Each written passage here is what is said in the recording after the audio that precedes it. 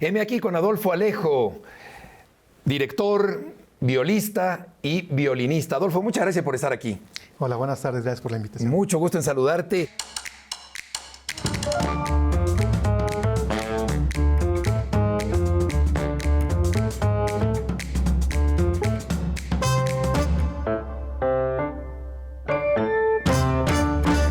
¿Qué tan accidental fue tu llegada al mundo de la música? Bueno, fue una forma muy curiosa de llegar a la música y a las artes en general, porque no vengo de una familia de músicos. De hecho, era algo muy ajeno a nuestra familia. Y como siempre, los sueños de los niños, ¿no? De ser futbolistas. En mi caso, futbolista, que se me daba, de hecho, bien. ¿Sí? Boxeador, incluso. Y bueno, todo esto empieza por la tradición que tenía mi madre siempre de ponernos música clásica.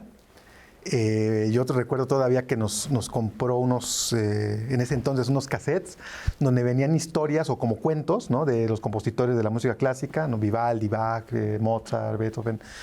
Y de ahí fue el primer acercamiento. Y posterior a ello, como fui un niño hiperactivo, pues bueno, decidieron mis papás meterme a una orquesta infantil y juvenil porque creían que con esta actividad pues yo me iba a calmar.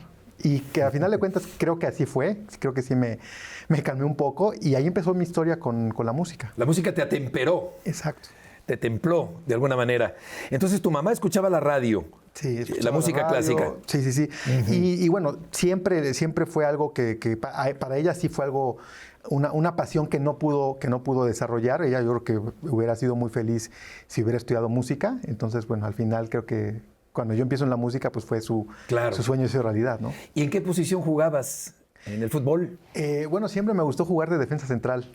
Aunque de hecho después y en algunos partidos que llegué a jugar más en Estados Unidos, me ponían de medio centro, de medio contención, pero sí me sentía mucho mejor atrás. ¿Y a qué equipo le vas?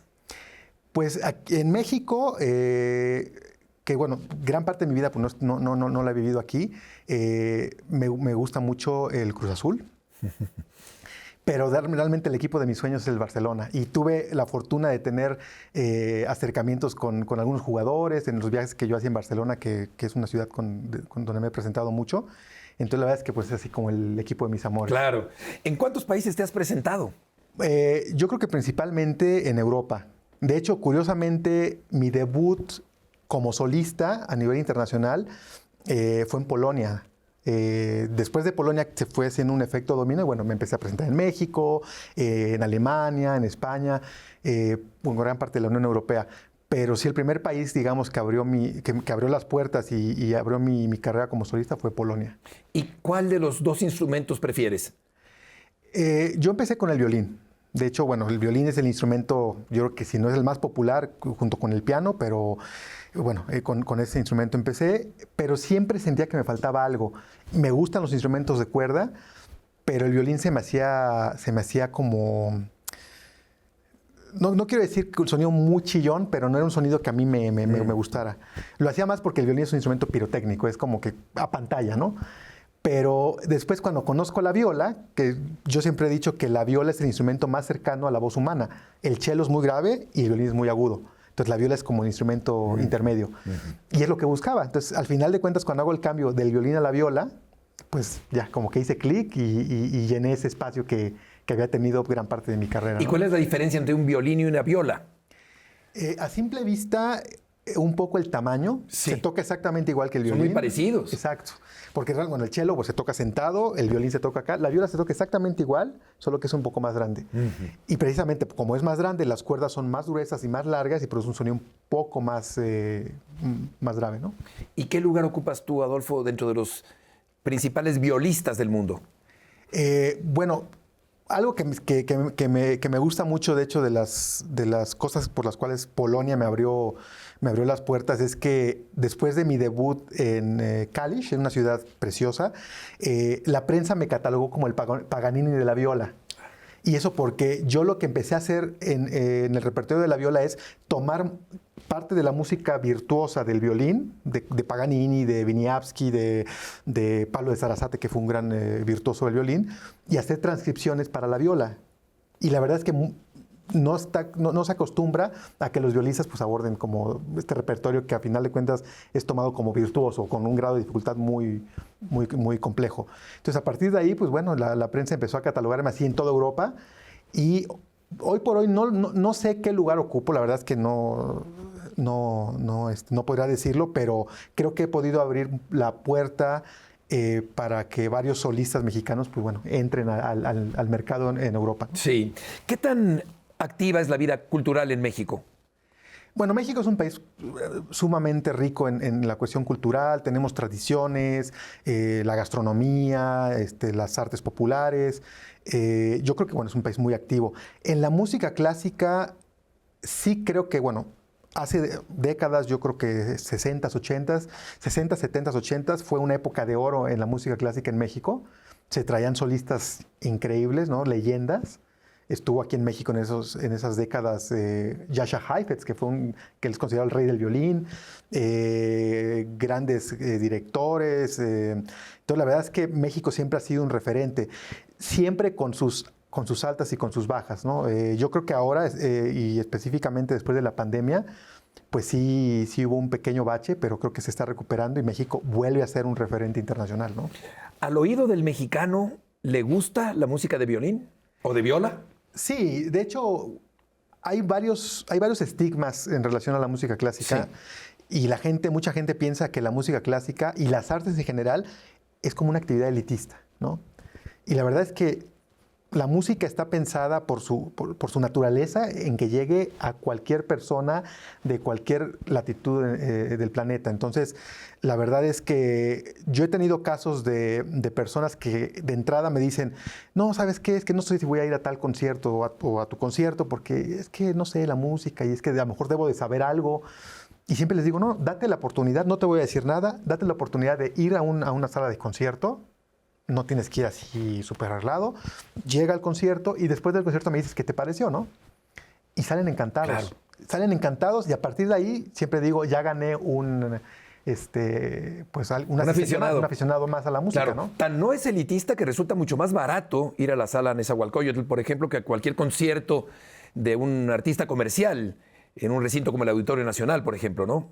Sí, y de hecho, bueno, eso es una cosa con la cual siempre he luchado porque pues es triste que la música clásica esté un poquito relegada a ese nicho de decir, bueno, pues es que es barata y la gente no va, aunque sea barata, ¿no?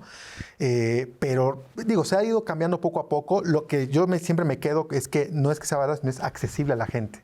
Y cuando la gente se da esta oportunidad de conocer, y no solo música, que vaya a un museo a ver una exposición o que vaya a ver una obra de teatro, pues la gente ya cuando lo ves algo que es más cercano, pues ya como que se abre y empieza a visitar esta actividad, ¿no?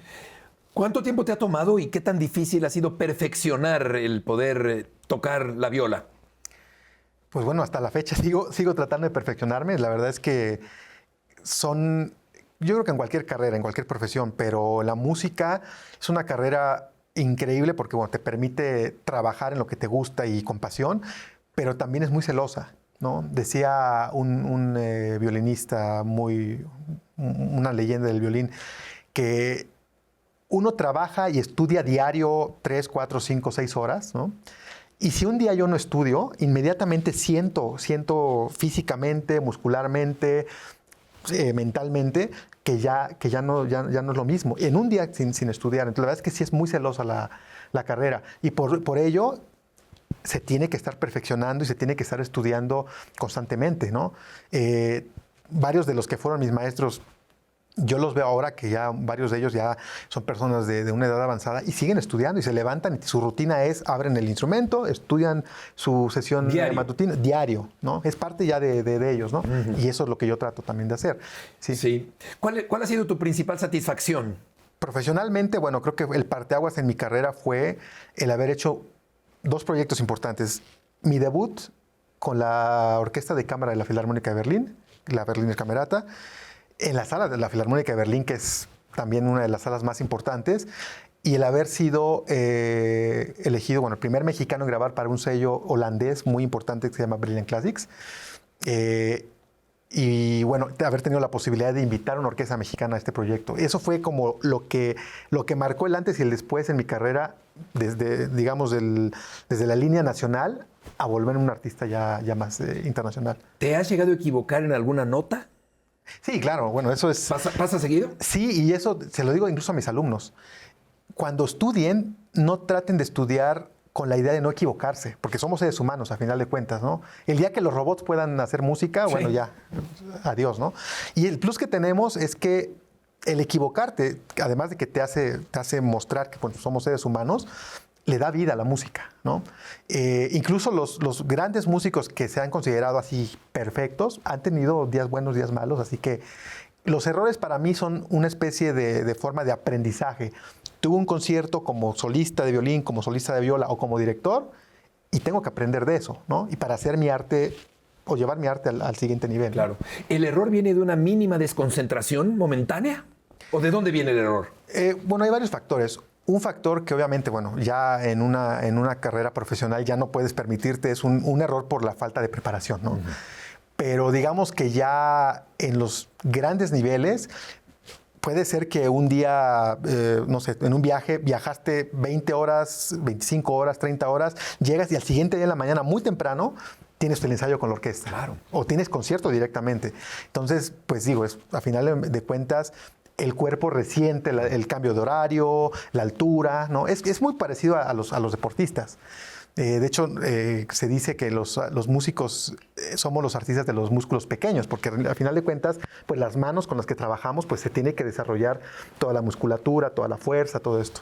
Entonces, la verdad es que los errores se dan muchas veces por cosas externas, ¿no? Claro. Cuando estás perfectamente descansado, hidratado, en perfectas condiciones, despejada la mente, baja el riesgo de una pequeña equivocación durante un concierto, ¿no? Sí. Y también depende del entorno, porque depende de con qué orquesta llegues. Si la orquesta es una orquesta que te recibe, que es muy tranquila. Hay orquestas que son, siempre los digo y siempre comparo, más cuando llego a dirigir, ¿no? Llegas, te paras frente a una orquesta de 80, 100 músicos y tienes que ver si la orquesta está un poquito en la defensiva porque no te conocen. Claro. Si ya has trabajado con ellos, llegas como con la familia, ¿no? Pero si no te conocen, pues es un poco yo siempre lo comparo como con un duelo, ¿no? Ellos te miden, tú los mides y una vez que ya pasó ese primer contacto, ya sabes cómo trabajar con ellos, ellos saben cómo trabajar contigo y bueno, ya todo se da muy bien, ¿no? ¿Tienes alguna fórmula para ablandar o para entrar con mayor facilidad en el ánimo de los músicos para poder ejecutar? Pues, bueno, algo que siempre me ha pasado es que me dicen que soy como un camaleón, porque cuando soy solista tengo una personalidad, cuando soy director o cuando tengo que dirigir una orquesta, soy otra persona. Y como director, curiosamente, soy una persona muy, muy, muy tranquila. O sea, la verdad es que yo veo a muchos colegas que son muy abiertos y llegan, cuentan chistes o los que llegan y dicen, a ver, maestros, vamos a trabajar, ¿no? Y yo realmente pues llego, me presento y la verdad es que no tengo un ritual como tal, pero trato de ser como soy, ser totalmente abierto con la orquesta y que lo primero que ellos vean sea la parte humana, más que la parte artística, ¿no? Claro. Y aparte del lenguaje musical que es universal, ¿tienes que hablar con ellos en diferentes idiomas? ¿O cómo te das a entender con ellos en los ensayos? ¿O cómo se da ese acercamiento personal, digamos, antes de subir ya al escenario? Bueno, de hecho, lo más importante y que, bueno, la música por sí misma habla, por eso se le llama, es como un idioma universal, pero obviamente, pues, generalmente se prepara ya sea que se hable en el idioma de la orquesta. Generalmente todas las orquestas hablan en inglés. Entonces, es con el idioma que hablo generalmente. Hablo italiano, así que, bueno, también en italiano cuando se presta y en español. Ahora, bueno, tengo mi plan de vida. Siempre he pensado que yo voy a seguir estudiando hasta mis últimos días en este plano. Entonces, ahorita mi proyecto es realmente aprender 2, 3 idiomas más, porque, bueno, siempre las orquestas cuando te invitan agradecen, al menos agradecen el esfuerzo de que hables en su idioma, ¿no? Y eso hace que haya una cercanía con ellos, ¿no? Claro. Pero sí, generalmente en inglés, que es el idioma más común. ¿Tienes algún pasatiempo? Sí, de hecho, bueno, tengo pasatiempo. No lo tomo como carrera porque la verdad es que no hice la carrera como tal, pero tuve la fortuna de haber sido estudiante privado, digamos. con uno de los grandes muralistas coloristas del país, el maestro Rodrigo Pimentel, que bueno, él falleció el año pasado y bueno, él fue como un guía, no solo en la pintura, sino en la vida misma, ¿no? Y él me llevó al camino de las artes plásticas. Entonces, es un pasatiempo que trato de hacer lo mejor posible y bueno, pues pinto en mis ratos libres, cuando viajo, trato también de buscar un espacio para pintar. Y en la parte como más de deporte, de ejercicio, pues una de mis pasiones desde hace ya muchos años ha sido el jiu-jitsu brasileño, que en México de hecho se está volviendo un arte marcial muy, muy importante y creo que México es potencia en eso, ¿no? Entonces la verdad es que me gusta mucho. ¿Cómo es ese deporte? El jiu-jitsu brasileño es un arte marcial que a diferencia del boxeo no hay golpes. Solamente se utiliza para someter. De hecho, por eso hoy en día se ha desarrollado el jiu-jitsu brasileño incluso como defensa personal. Porque precisamente es para poder sobrevivir a un escenario y poder someter a la persona, ¿no? En la cuestión de competencia, pues bueno, hoy en día estas competencias de artes marciales mixtas, pues parte de los que acaparan, digamos, las victorias, pues son los que saben hacer jiu-jitsu, ¿no? Porque tienen, digamos, la base del suelo, ¿no? en la pelea. Entonces, la verdad es que es algo que me gusta y también lo tomé porque como no hay golpes, mis manos tienen menos riesgo a lesionarse. Claro, yo no puedo lastimar. Claro. ¿No? Entonces, siempre lo he llevado con mucho cuidado, pero es algo que, bueno, me ha ayudado incluso el jiu-jitsu con la música y la música con el jiu-jitsu. Parecerá raro preguntarte, pero ¿encuentras alguna conexión entre este deporte y la viola? Sí, claro. De hecho, siempre hay antes de un concierto, hay un momento de nerviosismo, de emoción, de adrenalina. Y en el momento que uno sale y toca la primera nota, se rompe. Entonces, en el momento que ese nerviosismo se vuelve adrenalina, emoción, todo esto, ¿no? Y eso yo lo comprobé en las primeras competencias que llegué a tener en Jiu-Jitsu, que era lo mismo. Uno sale nervioso porque pues, la persona que está frente a ti te está enfrentando, o sea, va a ganarte, ¿no? Entonces, el primer contacto físico con tu oponente y como primer conexión, digamos, con él, pues sí, también es como que rompe este nerviosismo, entonces dices, bueno, ya sé de qué está hecho mi oponente y de qué estoy hecho yo, y bueno, ya a partir de ahí ya defines quién gana y quién pierde, ¿no? Entonces, la verdad es que es eso, es como controlar tu temperamento y tus emociones para convertirlos en gasolina para el concierto o para la lucha, ¿no? ¿Qué tienen en común la música de cámara y el café? Bueno, yo creo que en México, así como en gran parte de los países en América Latina, que son grandes productores de café, el producir el café es un arte, ¿no? Y se requieren de ciertas habilidades, sensibilidad. No solo es esta técnica de saber cómo recolectarlo, sino también cómo producirlo, cómo hacer todo el proceso. Y en la música de cámara es lo mismo, ¿no? Se hace el trabajo en los ensayos, se prepara la obra, se ensaya con los músicos y luego se presenta al público. Entonces, es un poco el mismo proceso, ¿no? Por ello, bueno, hay varios proyectos que tenemos en puerta donde están mezclados el café y la música, ¿no? ¿Cómo cuál?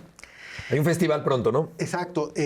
Bueno, tenemos ahorita la dicha de que una empresa local en Veracruz, que tienen mucha responsabilidad por la cuestión social y cultural, ¿no? del Estado de Veracruz, me está apoyando para este año para hacer conciertos, digamos, por separado, pero el siguiente año la idea es hacer un festival internacional que precisamente se va a llamar Música y Café, donde, bueno, además de que se den pláticas sobre el café, sobre cómo ellos hacen toda esta producción, después de esto se haga un concierto, que se traigan músicos de Europa, de Estados Unidos, y bueno, esto se haga como en grande, ¿no? Quisiera saber si nos puedes explicar, Adolfo, ¿qué es lo que sientes cuando estás interpretando, cuando estás tocando la viola? Depende de la obra, pero generalmente el perfil que yo siempre he tratado de llevar es contarle algo a la gente, ¿no? Por medio del instrumento es como si estuviéramos contándoles una historia. Y cuando estoy interpretando, pues obviamente siempre trato de hacer eso, trato de crear personajes ficticios donde, por ejemplo, hay una obra muy famosa de violín que se llama Sinfonía Española. Uh-huh. Y hay un movimiento de la Sinfonía Española que precisamente es una historia del cortejo de un torero con una mujer. Sí. Y uno puede escuchar, el violín hace las dos voces, cuando está hablando la mujer, cuando está hablando el torero, cuando el torero está siendo un poco más, digamos... ¿arrojado? Exacto.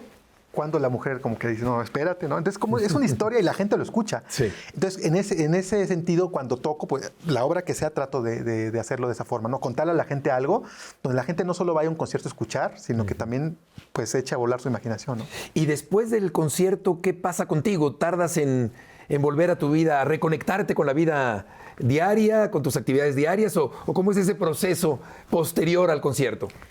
Hay muchos artistas que tienen estos como especie de rito antes de un concierto o después de un concierto, ¿no?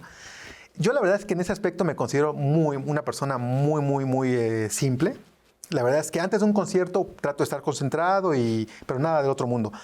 Lo que sí, al final de un concierto, no sé por qué motivo, ¿no? Si hay un desgaste, ¿no? Pero puedo comerme, o sea... No, que se te ponga sí. O sea, yo salgo y digo, me quiero ir a comer yo creo que durante toda esa noche y el siguiente día me siento como con mucha hambre. Te da hambre. Exacto, o sea, es algo muy Curioso. Curioso, pero bueno, ese es como lo que siempre hago, ¿no? Por lo cual siempre que viajo siempre que llego a un lugar pregunto a la orquesta o pregunto al director, oye, ¿cuál es el restaurante que me recomiendas para después del concierto, no? No, pues tal lugar.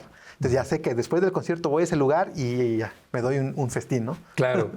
Oye, ¿quiénes te anteceden como grandes violinistas y violistas mexicanos? Bueno, hay muchos. Hace algunas décadas, pues Higinio Rubalcaba, Hermilo Novello. Hermilo Novello. Claro. Con Hermilo Novello, aunque bueno, obviamente yo ya no lo conocí, hay una conexión muy especial porque yo cuando empecé en la música, y de hecho fue parte de lo que hizo que me decidiera estudiar música y violín en este caso, fue que yo hice 3 concursos nacionales que organizaba la UNAM, que se llamaban precisamente Hermilo Novello. Entonces, cuando gano el primer concurso, pues la verdad es que yo dije, bueno, creo que esto es lo mío, me voy a dedicar a esto. Tuve la primera crisis que se le da a cualquier artista de casi dejar la música y se cruza el siguiente concurso. Entro al concurso, gano el concurso y dije, no, sabes que pues esto es lo mío, ¿no? Entonces, como que está esta conexión, además de que durante el concurso nos pedían a los violinistas interpretar obras o arreglos de Hermilo Novello, ¿no? Y hoy en día, bueno, violinistas mexicanos hay muchos, violistas y violinistas activos a nivel internacional, que la verdad, muchos de ellos fueron incluso inspiración para mi carrera, ¿no? Adrián Justus, por ejemplo, un gran violinista también joven, Cuauhtémoc Rivera, que de hecho indirectamente fue mi maestro en una escuela aquí en Ciudad de México. Bueno, hay muchos. Hay un violinista, de hecho, que es principal de violines segundos de la orquesta de Bamberg. Entonces, la verdad es que bueno, hay muchos mexicanos triunfando actualmente. ¿Y qué tanto apoyo se requiere o qué tanto falta ese apoyo a la música clásica en general, a la música de violín en particular, de viola, en la República Mexicana? Bueno, eso sí, siempre lo trato de decir porque desafortunadamente y tristemente no hay mucho apoyo todavía en las artes y lo vemos muchas veces cuando se habla de presupuestos en el país, lo primero que se recorta pues, es la cultura, ¿no? Entonces, yo siempre he pensado, siempre se va a requerir de más apoyo, siempre. Es un rubro en el país que sí está un poco abandonado. Yo te lo digo, yo la verdad las cosas mucho o poco que he logrado en mi carrera ha sido a base de esfuerzo, de ir contracorriente, de tocar puertas, muchas decepciones, así como muchas alegrías. Y la verdad es que, bueno, siempre les digo a mis alumnos o cuando llego a dar alguna clase maestra, no es una carrera fácil, es una carrera muy complicada y lo más complicado, curiosamente, no es la parte artística, sino es la parte de cómo gestionas tu carrera para llegar a una meta, ¿no? Te vas a desanimar, te van a cerrar las puertas, como en muchas otras áreas, pero pues tienes que ser perseverante, ¿no? O sea, es la verdad. Yo nunca voy a decir, es que mi carrera fue muy fácil y se me dio todo muy rápido, la verdad es que no. Y ese es el caso de muchos artistas. Entonces, la verdad es que sí, es una carrera dura. ¿Vives económicamente de la viola? Sí. O sea, ¿Alcanza para vivir, dedicarte a esto? Sí. La verdad es que yo tengo la idea de que si tú le echas ganas, si eres bueno en lo que haces, bueno, no te va tan mal, ¿no? Claro. Tengo la gran fortuna de que gran parte de mi carrera, si no es que el 90% de mis actividades como músico, son fuera de México, ¿no? Llevo un festival junto con una chelista muy reconocida, austriaca, que radica en Suiza. Llevamos una serie de conciertos en Baden, que es una especie como de festival de música de cámara. Y bueno, he tenido algunos cargos como director artístico en algunas orquestas que me ha permitido precisamente pues, subsistir de esta carrera, ¿no? Pero sí creo que es muy difícil en México. O sea, no es imposible, pero es difícil vivir de la música. ¿Qué le aporta la música de violín o de viola a quien la escucha? Curiosamente, el repertorio de la viola, pensado para la viola, es muy reducido.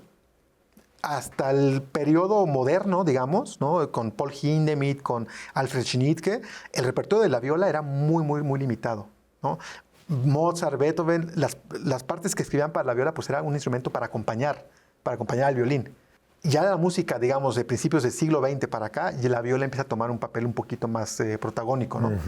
Por eso yo me enfoqué en desarrollar un programa virtuoso para la viola, pues para atraer a este público, porque si es un instrumento, sigue siendo un instrumento no tan conocido, ¿no? Claro. Adolfo, muchísimas gracias por estar aquí. Ha sido un placer platicar contigo. Gracias, pues esperamos que sea la primera de muchas y bueno, muchísimas gracias por la invitación. Que te vaya muy bien. Heme aquí con Adolfo Alejo.